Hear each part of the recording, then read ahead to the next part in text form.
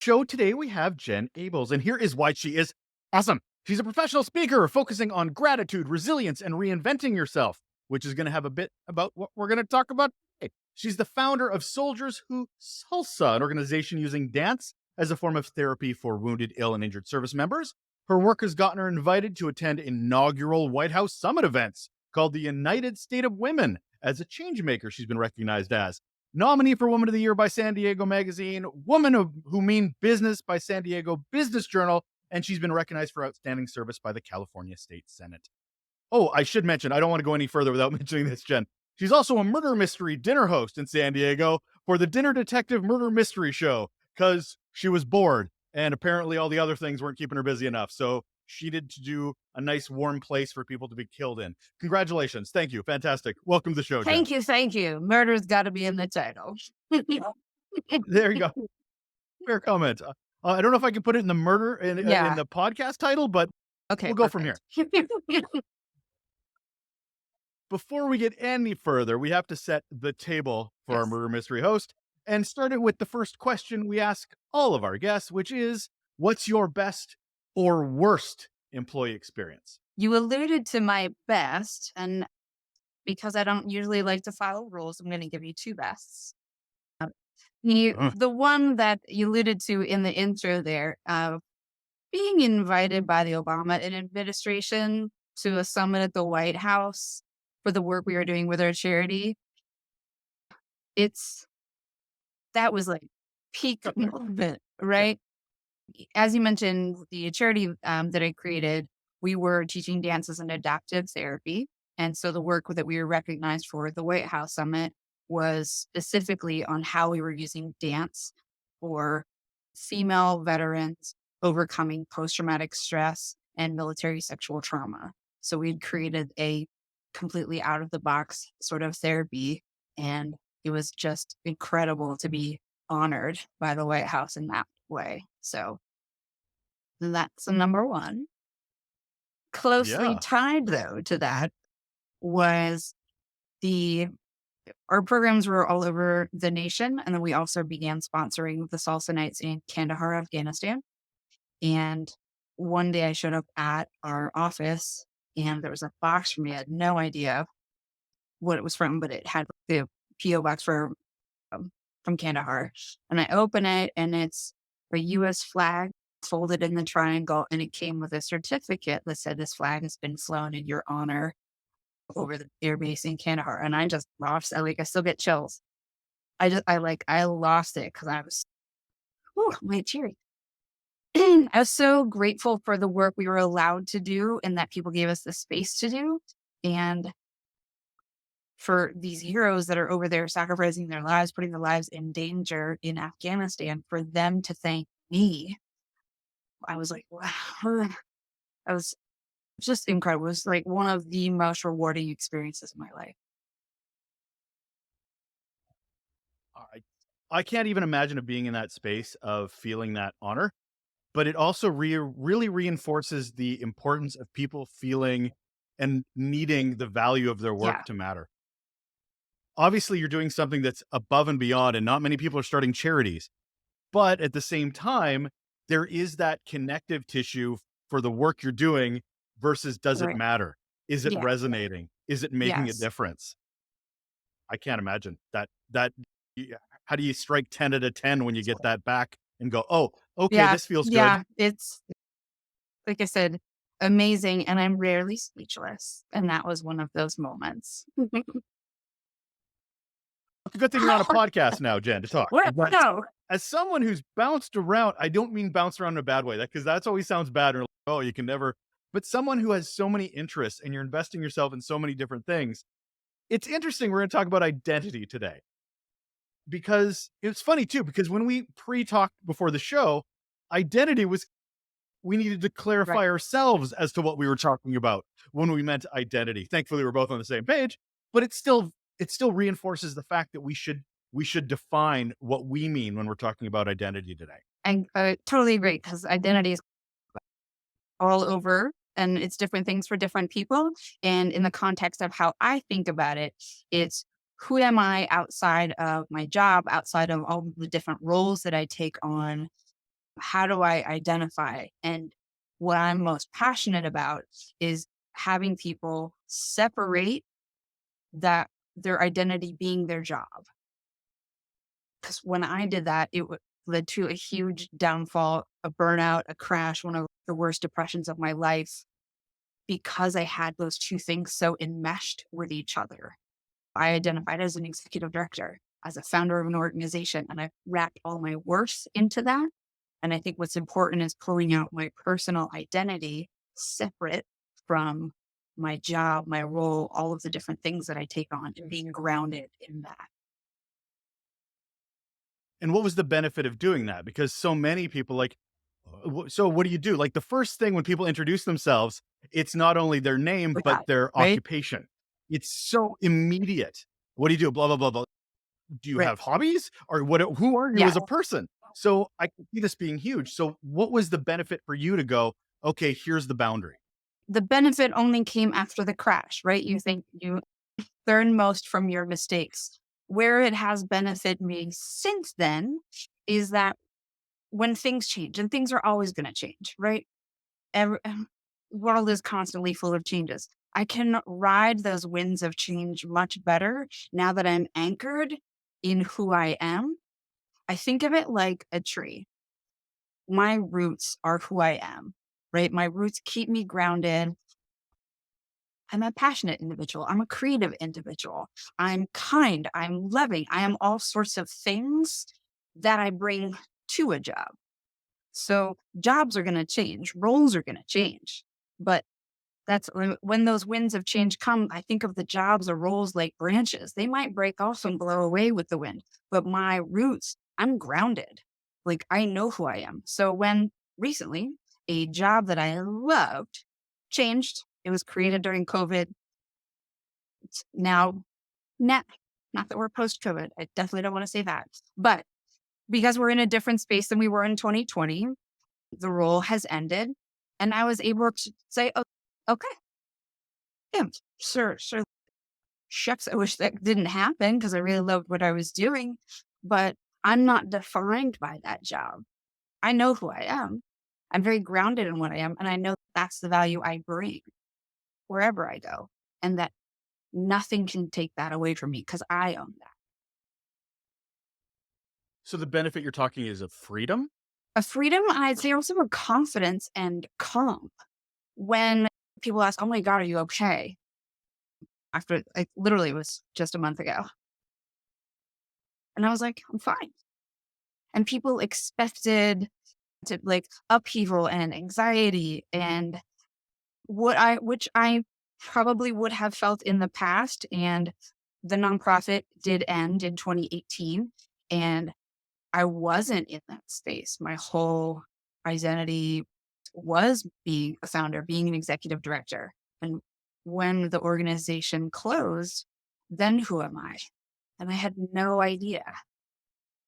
I couldn't tell you because everything, all my value, all my worth was wrapped up in that job. So when it went away, I had no idea who I was, what was my purpose anymore. And if I didn't know, like I, part of the depression is if I don't know who I am, I'm questioning why I am. And that can get real dark. So learning through that to become more grounded, to be really confident in who I am, recognize these gifts that I have. I'm a great teacher. Just because I don't teach in this venue anymore doesn't mean I can't teach anymore. And to teach requires compassion. I can be compassionate in a lot of different ways. So for me, the learning part was now that I know and now that I'm grounded, you c- you can't shake me. Let's reverse engineer that a little bit. So what was the path you were along that led you to having to define a separate identity? Because you're obviously having to get to a point where that is a Yes. need. So what was the path that you were going along that others might need to be more aware of? Fantastic question. And for anybody who's experienced burnout, I feel like they'll really identify with how this is feeling. in running that nonprofit, uh, nonprofits are hard. We're real heavy on the non side of profit. So in using, and I'll tie this into both like identity piece there too, in running an organization, trying to start it from scratch and trying to get it off the ground, creating something from nothing. Entrepreneurs would relate to this as well. Of it relied on all of these things, right? My creativity, my compassion, all of the things that are my gifts, but I focused on that was my role, right? So when the organization had to fold, before that, I was so stressed out that I got to a point where I felt like a failure versus sometimes things just don't work out. But if this organization is crumbling, I have failed. And not only that, but I am a failure. And that's how, like, how much my whole worth and identity was wrapped up into this organization I created, being a founder, that it's gone, I'm gone. And the stress leading up to that, I had pneumonia 6 times in the year prior to all of this. I had let so much stress get to me, and I was taking on so much that I just shut my body down completely. So when I finally let go, I was in this space, like I said, of I don't know who I am. I've wrapped up everything in my value, my worth into this job. And I just lost. And fortunately for me, I have an incredible network of friends and family. One of my friends introduced me to Brene Brown's work, and I just started really working on myself. Rock bottom is a great place to get a solid foundation, to continue to build back up. So it was an ugly place to get there, and I don't wish that upon anyone. But I also, in looking back, I don't know where I would have learned to separate the two. Does it have to come through failure? Can you learn from other people? Can other people? That's my hope. My hope that other people can realize that, oh gosh, that's something that I'm doing, and start to peel those things apart. Because I sure have no idea where I would have learned. It's not something they taught me in business school. And I have a degree in insurance. It's really hard to just don't insure you against that. Fair. So the worst has Okay. happened. The organization has gone away. Your sense of identity has gone with it. Your next steps are, it sounds like depression. It sounds like some serious mental health Yes. hits. So you're doing all that work of the foundational work just to even just get to Yeah. baseline. Where do you start defining, once you get to baseline, where do you start redefining your identity? What does that look like? Where do you start? For me, the process that I took was, where are the points? What are the times in my life where I have felt the most alive? Where have I felt like the most me? When do people say, you're glowing with positivity like that? And I think of glowing as it's like a fire, which is related to burnout, right? Because your fire burns out. But I started thinking about, where were those moments? Where did I feel that? And I started, like I mentioned earlier, with teaching. I love to teach. And so I wanted to, like an onion, peel that back. Although onions are terrible. I need a better, you know what I'm saying?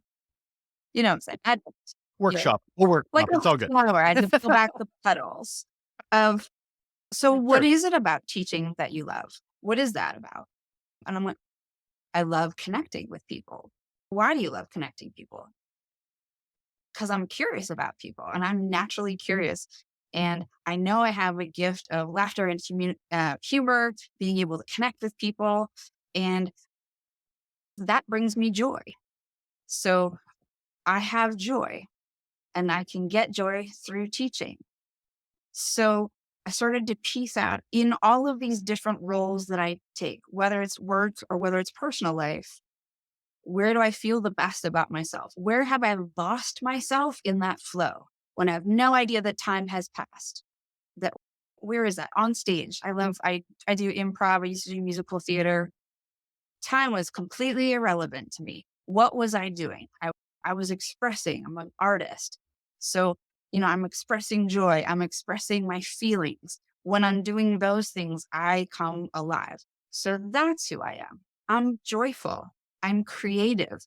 I'm compassionate. I'm all of these things. And that's how I want to identify now going forward. That's who I want to be. And I want to bring that person into the roles I take on, whether it's an employment role, but also in personal relationships. That's who I want to be when I'm with my best friend having coffee. I want to bring my loving, compassionate, kind self. That's my purpose now, instead of, oh, my purpose is to heal people through dance. My purpose is to teach people the job. These those can fall away because I know who I am. So you're building a new identity based on previous experience, previous feelings, is that Yeah, what I'm getting? It's just you're redefining of what made you before you identity. correct. And then I think step two of that is, I'm responsible for my own happiness. So if I've lost joy, my job now is to find joy again. And you got to have different sources, right? Because sometimes things are going to be depleted. What brings me joy? What brings me joy is having coffee with a friend, it's taking a walk with my dog. I know how to get myself back to joy. And that's my job, is in that step two of when I do feel out of balance, it's my job to go find it and fill my tank back up. So how do you apply or pitch jobs based on this new identity? How do you know or look for the red flags of this doesn't fit who I am now, or it totally aligns? Mostly that if I'm going to be put into a role where I don't get to use my gifts, I know it's not a good fit for me. When I ask about the corporate culture and I say, we'll be doing a lot of spreadsheets and you'll be doing, I'm like, oh, bing. Not, that doesn't use my gifts of creativity. That's a different side of the brain. And that's a different person. So asking, what is it? What does the ideal candidate for this job, what do they look like to you? Asking a potential employer that. What does that look like for you? What is define success for me? Because if their vision is completely out of line with my vision, and if I don't see a way I can bring myself into that, my full self to that, then I know it's not the right fit for me. Did you lose your values in losing your identity, or did you reassess them? Like, where did your values go in all this? I the same to me, very tied in, Eh, is that, and with a lot of other people that I've talked to, that has jobs have changed, because job is where I get paid equals value, right? So if I'm only valuing my worth at my job and the job doesn't, where is my value? So my Right. my own values have to be separate from money value. And I feel like I've always had values that guided me. I don't think know that I would create a charity of be, just because it seemed like something fun to do on a Friday. Um, these Right. values of treating people the way I want to be treated. And the things that have made me happy in the past, the things that have brought me joy in the past, maybe I can pass that on to someone else. I started as a dance student and then became a dance teacher. I loved what it did for me as a student, and I wanted to give that back to someone else. I'm always about that cycle of giving back, using the gifts I have. That's one of my core values of what and who I am.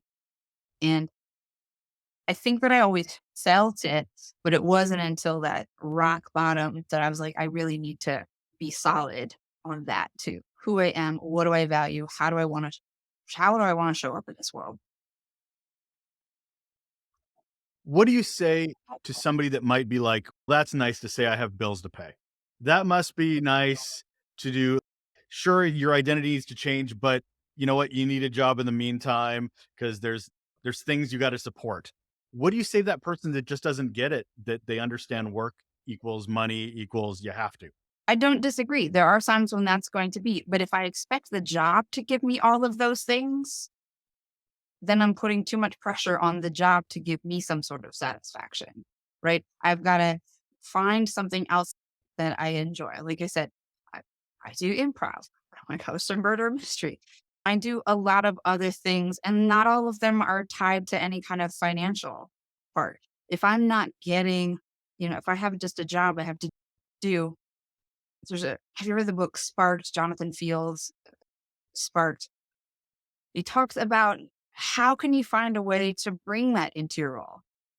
I might not love the work I'm doing, but is there a way for me to become like an advocate, helping people at work in my current role and exploring that, talking to human resources, talking to the people who might have the power to make something like that happen for me at work.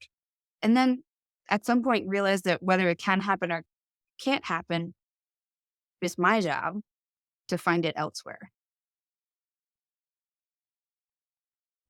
So what's the feeling in the new role, in the new job, in the with the separation of that distance between the work and who you are? How does it benefit your engagement within that new job? For me, it's the sense of Yeah. calm that I feel. I don't separate like anxiety from excitement. There's something new.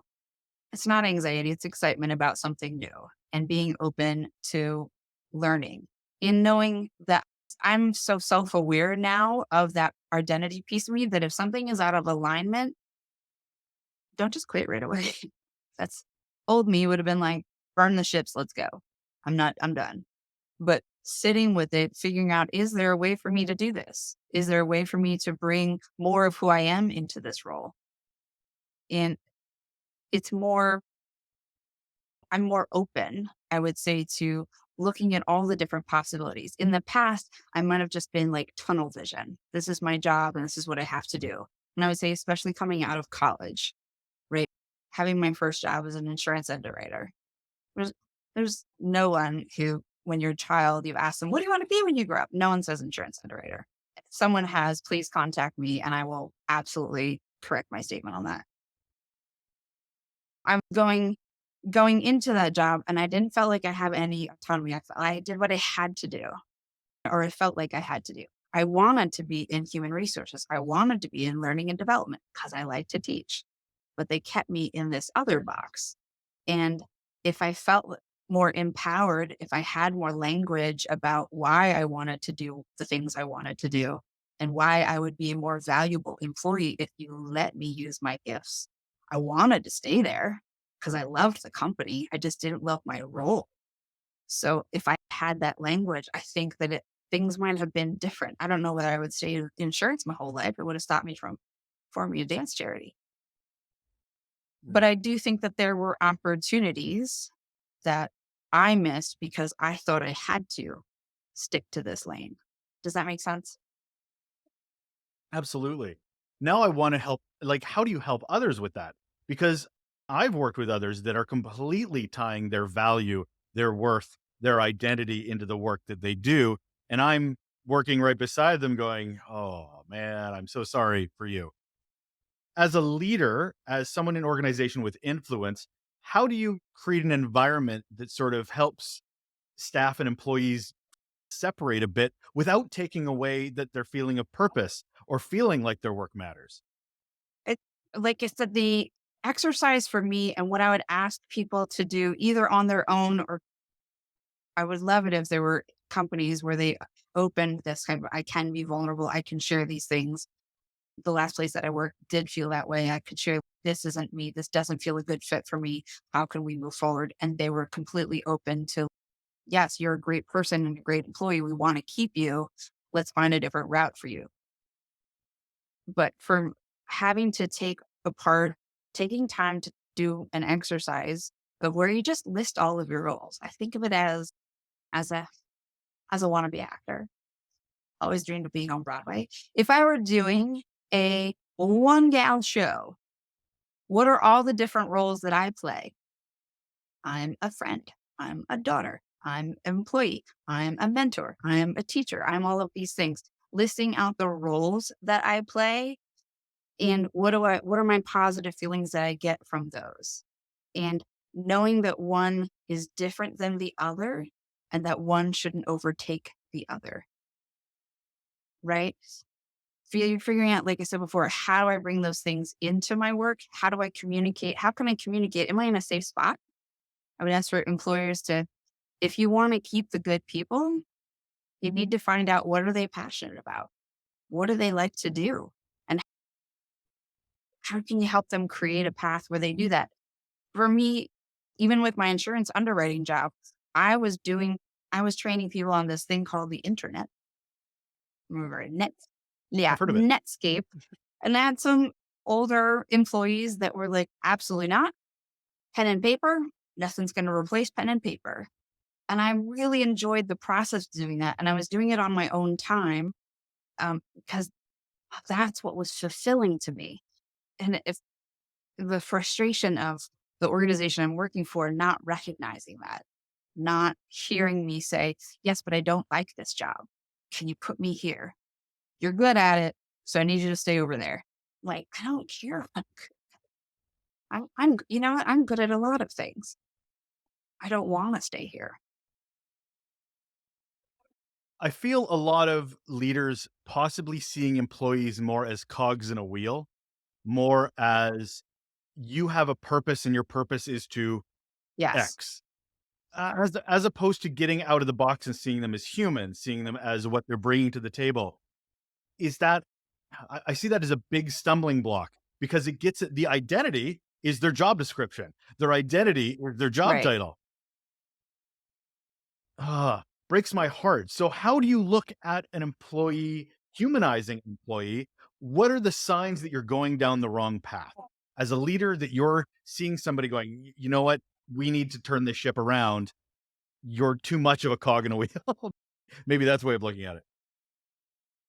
Look for me looking at how they're engaged. And if I look back on how young Jen was as an insurance rater, I got sloppy. I didn't like what I was doing, so I just got sloppy. And at some point for me personally, I realized that's outside of my integrity. That's not who I am.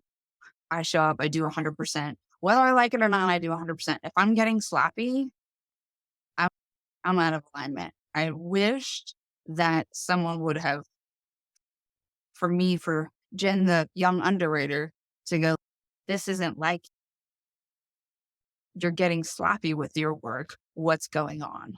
And then I would have had the opportunity to express that I don't feel like I'm utilizing my gifts, what I really want to do. You keep me over here when doing this. That's why I'm getting sloppy because I've stopped caring.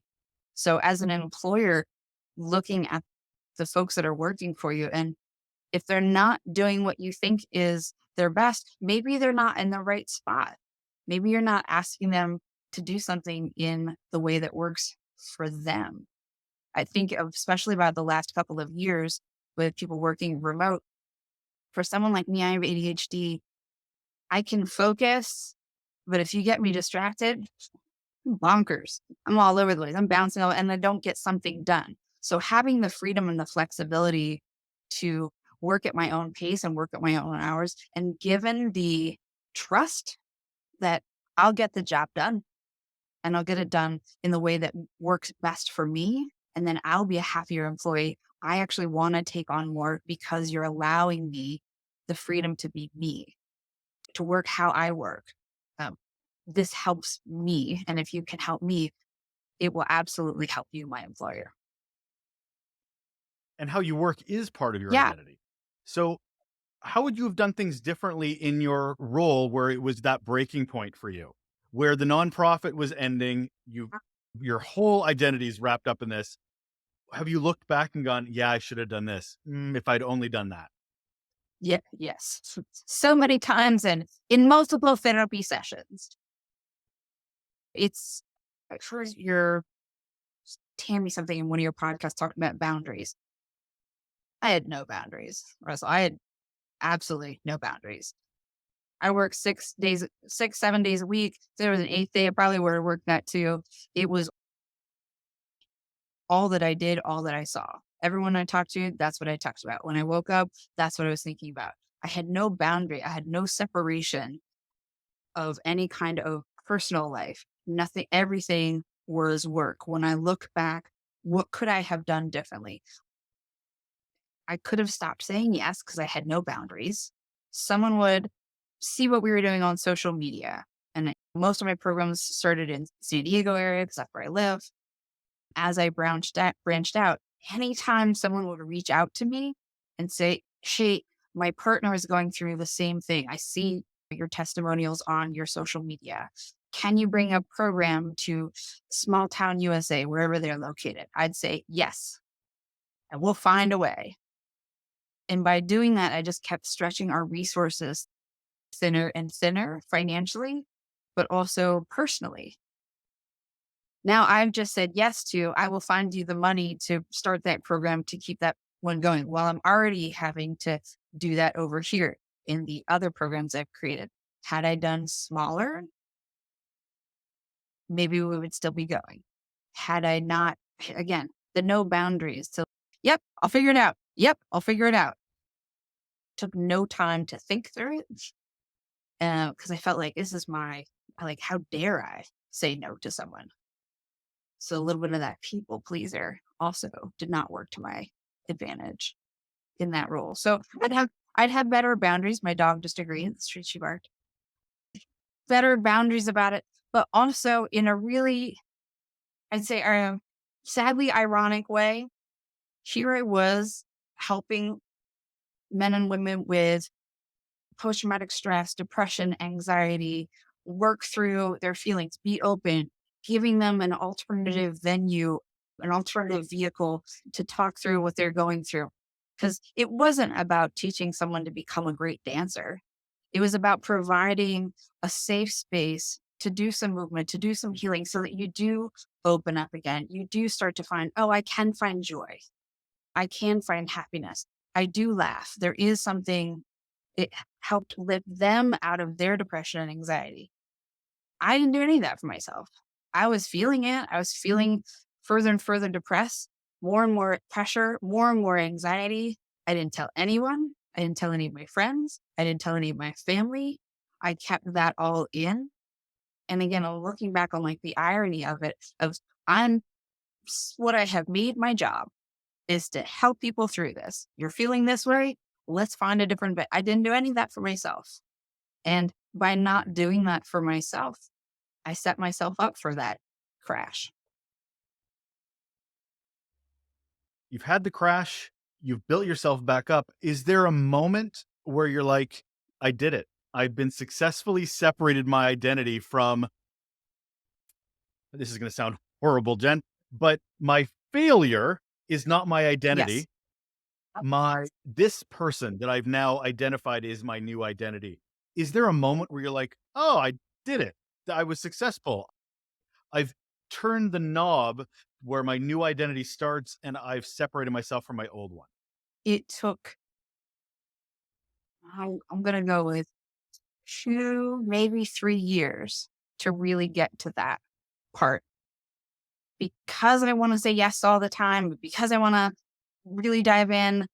This time I asked my closest friends who obviously eventually found out that I was this crumbled crash of a mess, isolated myself from already in a, like I said, terrible dark place, to ask them of, hey, if you sense me going down that road again, you have carte blanche to check me. Feel like, hey, you're doing the thing. Because I would start to find myself like I loved improv. And then someone asked me to teach improv. And I was like, yes. And my friend goes, hey, you're starting to do the thing where here's the thing that you love. Now you're going to turn into teaching. Now you're going to turn into a job. Now all of your things are tied up in that one role again, that one thing. You either got to learn how to separate those or maybe step back. Don't say yes. Think about it first. Oh, okay. Well, I don't want to. I don't want to. But when one of my best friends, when she checked me that way, I was like, Okay, I'll take some time. I'm like, wow, you're right. That's my habit. That's exactly, I was going right down that path again and not really recognizing it. So, like, pulling back and let my hobby be my hobby, do something, still work on something that feels purposeful, feels meaning, feels like I can bring my whole self to, but not smash them all up into one again, where I'm going to have an either harder time pulling it out. And when I feel like I did it was literally just my confirmation of it.